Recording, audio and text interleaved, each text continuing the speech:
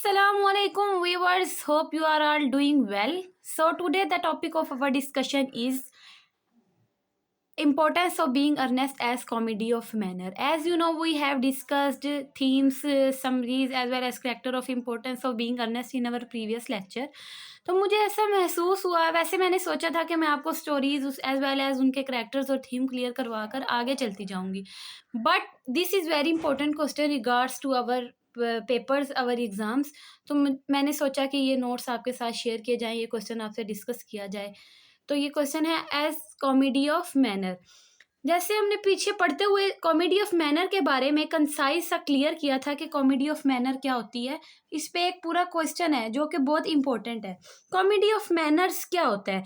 एक नावल या ऐसा प्ले होता है जो सिटायरिकल पोर्ट्रे करता है सोसाइटी का, कि उनके लोगों का बिहेवियर कैसा है, उनकी लुक कैसी है, उनके करेक्टर वाइज वो कैसे हैं, जो उनके ऊपर सिटायर करता है ना. ऐसे ही ऑस्कर वाइल्ड ने जो स्टायर किया है ना सोसाइटी के ऊपर, उनके बिहेवियर, उनके लोगों के ऊपर, ये होता है comedy of manner in a satirical way, in a funny वे.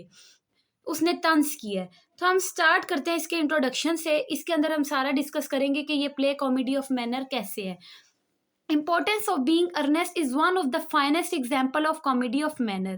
मैंने जैसे आपको पहले बताया है कि हमारा ये जो क्वेश्चन है इसके अंदर एक से दो थीम क्लियर हो जाते हैं, कॉमेडी ऑफ मैनर भी, सेटायर भी, उसके बाद ऑस्कर वाइल्ड ने सोसाइटी की डिपिक्शन कैसे किया, ये सारे लोग इसमें क्लियर हो सकते हैं.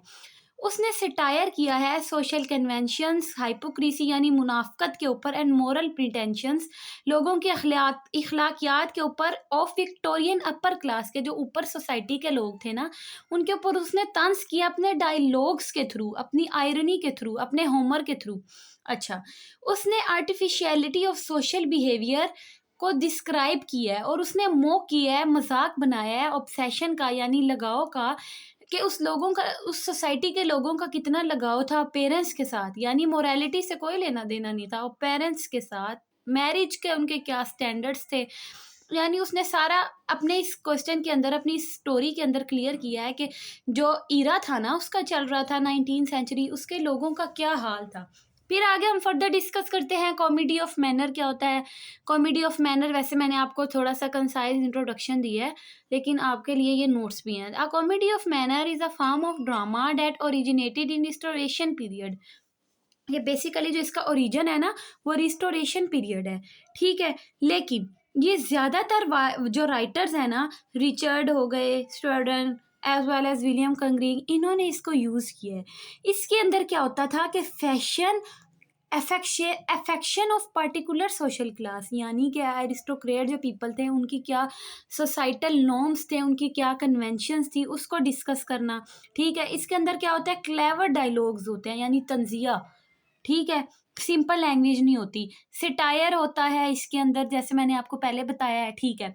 इन जैसे प्लेज होते हैं ना, in such plays character and conversation are more important, यानी इंसान और उसकी जो बातें हैं ना वो ज़्यादा इंपॉर्टेंट है एज कंपेयर टू प्लॉट. यानी प्लॉट इतना मैटर नहीं करता कि क्या चल रहा है क्या नहीं. लोगों की अपेयरेंस के ऊपर ज़्यादा तवज्जो दी जा रही है, उनकी पर्सनैलिटी के ऊपर ज़्यादा तवज्जो दी जा रही है.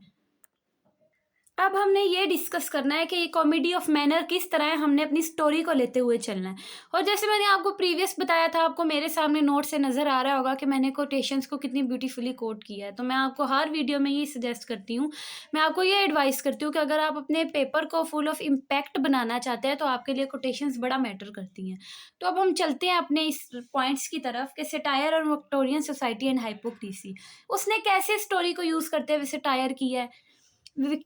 Wilde exposes the false values and moral shallowness of upper class. इसके जो करेक्टर होते हैं ना वो कंसर्न है पेरेंट्स के साथ एज कम्पेयर टू सिंसियरिटी. वो सिंसियरिटी मैटर नहीं करती, अपेयरेंस मैटर करती है. जैसे कि करेक्टर था लेडी ब्रैकनल का, इसकी एग्जांपल आप दें क्योंकि आपने स्टोरी को लेके चलना है. लेडी ब्रैकनल जो है ना, उन्होंने सही दिखाई है कि उनके अंदर कितनी मेटेरियलिस्टिक अप्रोच है, वो चीज़ों को कैसे लेके चलती है. उनके अंदर मोरालिटी या इमोशंस नहीं मैटर करते उनके लिए मेटेरियलिज्म मैटर करती है. अच्छा, उन्होंने शादी के लिए ना एक कोटेशन मैंने यहाँ पे कोट किया है क्योंकि हमने ये कोटेशन लेके चलनी है. उन्होंने बड़ी एक बात की थी अपनी बेटी के बारे में कि a girl with a simple unspoiled nature like Gwendolyn. वो कहती है एक लड़की जिसकी अनस्पॉइल्ड नेचर है, जैसे कि मेरी बेटी है, could hardly be expected to resign in country, के मुश्किल है कि इसका इस जैसी सोसाइटी में गुजारा हो। इससे इस कोटेशन से क्या पता लगता है कि वो विक्टोरियन सोसाइटी की हाइपोक्रीसी को शो कर रही हैं, कि वो कैसे चाहती हैं इंसान को मोरालिटी बेशक ना हो लेकिन सिंपल ना हो, बंदा चालाक होना चाहिए, ऐसा होना चाहिए। उन्होंने कुछ ऐसी बातें की, ठीक है।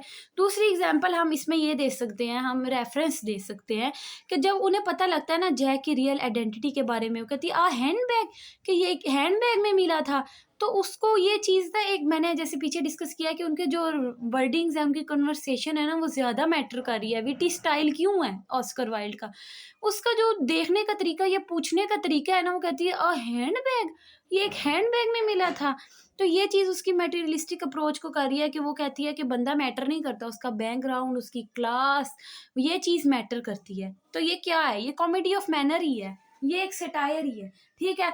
अब मैरिज कैसे आ जाती है इसके अंदर, कि मैरिज एक होता है रोमांटिक रिलेशनशिप, इमोशनल होता है, रिलेटेड टू हैप्पीनेस होता है, लेकिन वहाँ पे क्या था, ऑस्कर वाइल्ड ने बताया कि marriage as a social contract, marriage जो है वो सोशल कंट्रैक्ट है, ना कि रोमांस है। जैसे अब आपको मैंने बताया था कि लेडी ब्रैकनिल ने ना एक मयार तय कर दिए थे, स्टैंडर्ड्स तय कर दिए थे, रूल्स तय कर दिए थे कि शादी के लिए वेल्थ कितनी ज़रूरी है, एक पोजीशन, इंसान का प्रोफेशन कितना ज़रूरी है, वो लव से भी ज़्यादा। उसने कहा था जैक को कि a man should always have an occupation of some kind, वो कहती है बंदे के पास किसी ना किसी किस्म का पेशा ज़रूर होना चाहिए। फिर वो कहती हैं कि there are too many ideal man in London as it is, वो तंज करते हुए कहती हैं कि ऐसे बड़े बंदे मैंने लंदन में देखे हैं जो वेले हैं, जो कोई काम नहीं करते। ये लेडी ब्रैकनिकल की एक अप्रोच को बता रहे हैं, ठीक है। फिर बताते हैं कि जब वो इंटरव्यू करती है ना, ये हमें क्या कर रहे हैं, सारे ऑस्कर वाइल्ड हमें डिस्प्ले कर रहे हैं कि वो जब इंटरव्यू करती है ना जैक का, कि अपनी बेटी के हस्बैंड के लिए, तो वो इंटरव्यू ऐसे लग रहा होता है जैसे कोई जॉब इंटरव्यू हो। ये कोई नहीं पता लग रहा होता कि रोमांटिक मैटर है, क्योंकि वो बातें ऐसी पूछ रही होती है, क्या करते हो, कितना कमाते हो, कहाँ के हो, क्या करते हो, तुम्हारा बैकग्राउंड क्या है, ये सारी चीज़ें। और फिर ग्वेंडोलिन और सिसिली के करैक्टर को भी डिस्कस करते हुए वो कहते हैं कि इनका कितनी ऑब्सेशन थी एक नेम अर्नेस्ट के साथ। वो कहती थी बंदा लूला हो, लंगड़ा हो, नाम उसका अर्नेस्ट हो, हम सारी ज़िंदगी खुश हैं। वो कहते हैं ना, तेरे पास पैसा है तो लोग पूछेंगे कैसा है, वो यहाँ पे हिसाब है। शादी रोमांटिक या लव अफेयर सब कुछ से दूर हैं, सिर्फ क्या है, मटेरियलिस्टिक हैं, उनकी ऑब्सेशन है पैसे के साथ, वेल्थ के साथ, पोजीशन के साथ, ठीक है। आगे से ग्वेंडोलिन का मैंने एक कोट यहाँ पे बताया है, मैंने कोटेशंस बड़ी ब्यूटीफुली और आपके लिए कंसाइज ही दिखाई हैं। इससे ज़्यादा अगर मुझे नहीं लगता कि कोई आपको कोटेशंस मिलेंगी इजी। वो कहती है ग्वेंडोलिन के the name Ernest inspires absolute confidence. वो कहती है जब मैं अर्नेस्ट का नाम सुनती हूँ ना, उसने ऐसे भी ये बात की थी स्टोरी के अंदर कि मुझे ऐसे लगता है म्यूजिकल साउंड्स आ रही हैं, बड़ी विस्पर सी आ रही है, बड़ा अच्छा सा मेरे ज़हन के अंदर माहौल बन जाता है। ओके, आगे कॉमेडी ऑफ मैनर्स में ऑस्कर वाइल्ड ने क्या चीज़ यूज़ किया है, विट यूज़ किया है। मैंने बताया था कि वर्डिंग ऐसी यूज़ की है जो एक पढ़ने वाले के ऊपर इम्पैक्ट डालती है। एपिग्राम्स उसने यूज़ किए हैं, कि इतनी लंबी लंबी वर्डिंग्स नहीं यूज़ की, बड़े कंसाइज वे में ऐसी बात कर जाना जो हमें अपना मतलब समझा दे। आर्टिफिशियल डायलॉग्स, यानी आम और सीधा बात नहीं की, ऐसे बना के बात की है ना कि वो असर डाल रही है पढ़ने वाले के ऊपर। A key feature of comedy of manner is brilliant, polished dialogues, wild play sparkles with paradoxes and epigrams that exposes the absurdities of polite society. ठीक है, आगे एक कोटेशन मैंने बताई है, in the matter of grave importance styles not sincerity is vital thing. वो कहता है कि सिंसियरिटी वाइटल थिंग नहीं है, ये जो हमारा स्टाइल है, ये हमारी ग्रेव है ना, ये चीज़ें मैटर करती हैं। द ट्रूथ, अच्छा इसमें अब ये जो विट, ये विट है।